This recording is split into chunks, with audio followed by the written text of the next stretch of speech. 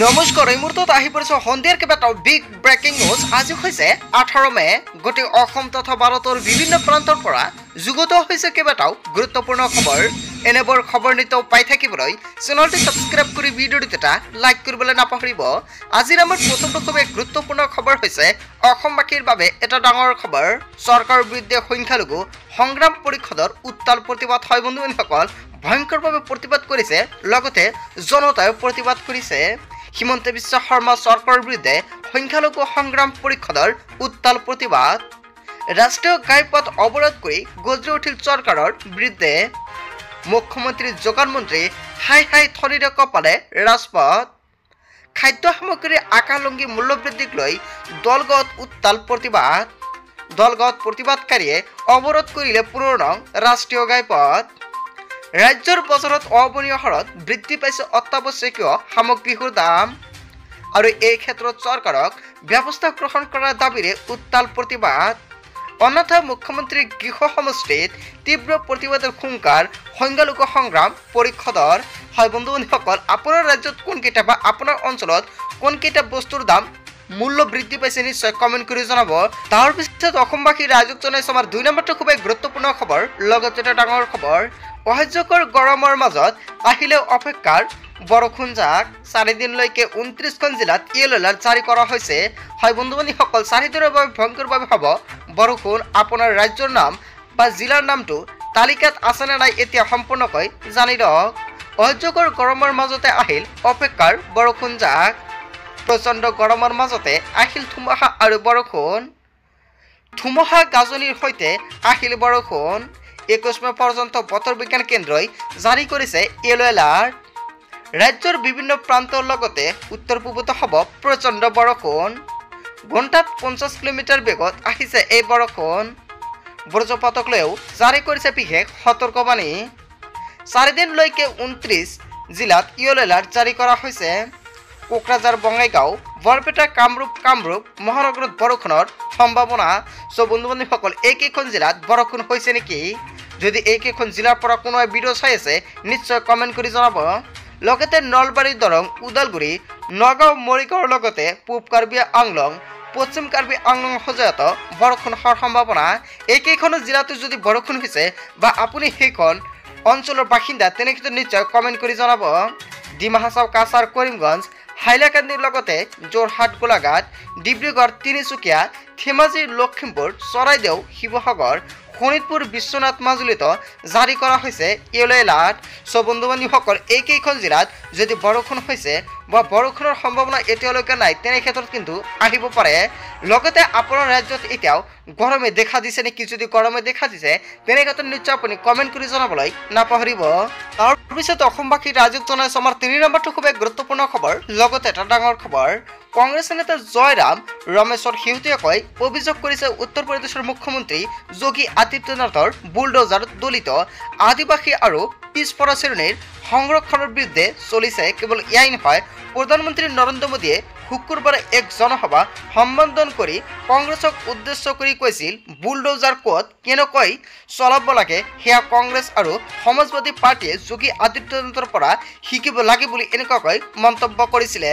কেৱল এয়াই নহয়, প্ৰধানমন্ত্ৰীগৰাকীৰ এই মন্তব্যৰ পাছতেই জয়ৰাম ৰমেশ তেওঁক উভতি ধৰিছে। তেওঁ এক্সত লিখিছে যে বিদায়ী প্ৰধানমন্ত্ৰী আজি কৈছে যে ইণ্ডিয়া মিত্ৰজোঁট উত্তৰ প্ৰদেশৰ মুখ্যমন্ত্ৰী যোগী আদিত্যনাথৰ পৰা শিকিব লাগে যে বুলডোজাৰক ক'ত চলাব লাগে।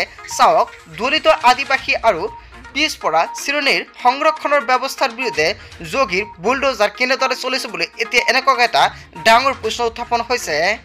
তেওঁ পুনৰ লিখিছে, প্ৰধানমন্ত্ৰীয়ে স্পষ্টকৈ কোৱা উচিত যে সংৰক্ষণৰ সন্দৰ্ভত তেওঁৰ মতামতৰ বাবে তেওঁ যোগী আদিত্যনাথকে সমৰ্থন কৰিছে, আৰু এই তেওঁলোকৰ 400খন পাৰৰ আঁৰৰ ৰহস্য। 400খন আসন পাৰ কৰিলে তেওঁক বাবা চাহেব আম্বেদকাৰৰ সংবিধান সংশোধন কৰিব আৰু দলিত আদিবাসী আৰু পিছপৰা শ্ৰেণীৰ পৰা সংৰক্ষণৰ অধিকাৰ কাঢ়ি ল'ব বুলি এনেকুৱাকৈ এটা ডাঙৰ প্ৰশ্ন উত্থাপন হৈছে।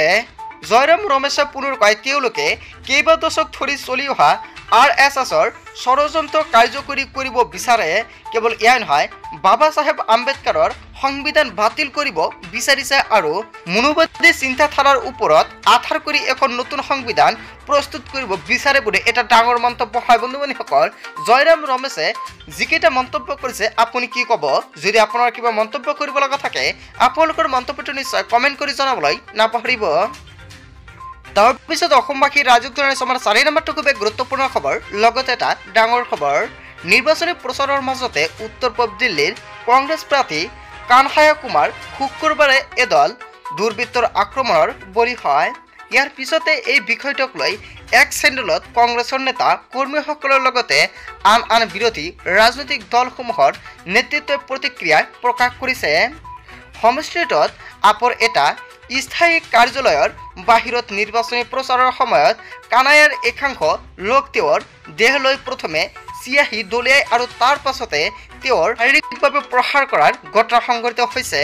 কেৱল এয়াই নহয়, ঘটনা সন্দৰ্ভত উত্তৰ পূব দিল্লীৰ অতিৰিক্ত আৰক্ষী অধীক্ষকগৰাকীয়ে সংবাদ মাধ্যমৰ আগত কয় যে এই ঘটনা সন্দৰ্ভত আপৰ কাউন্সিলৰ ছায়া শৰ্মাই অভিযোগ দাখিল কৰিছে আৰু তদন্ত অব্যাহত আছে বুলি এটা ডাঙৰ প্ৰশ্ন উত্থাপন হৈছে।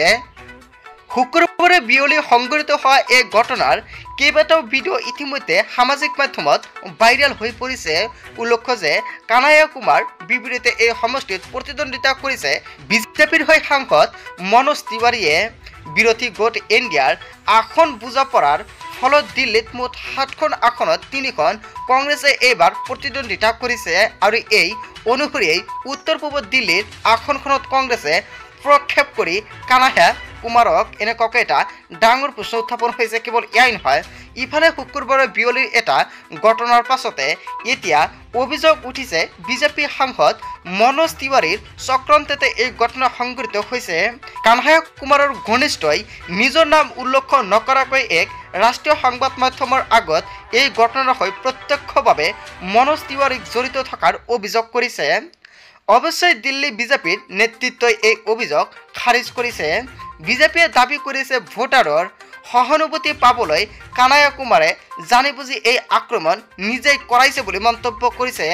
কংগ্ৰেছৰ সাধাৰণ সম্পাদক কেচি বেণুগোপালে এই ঘটনাক নিন্দা কৰি এক্সত লিখিছে, বিজেপি ঐতিহাসিক পৰাজয়ৰ দিশে আগবাঢ়িছে আৰু সেয়েহে এইদৰে হিংসাত জড়িত হৈ পৰিছে।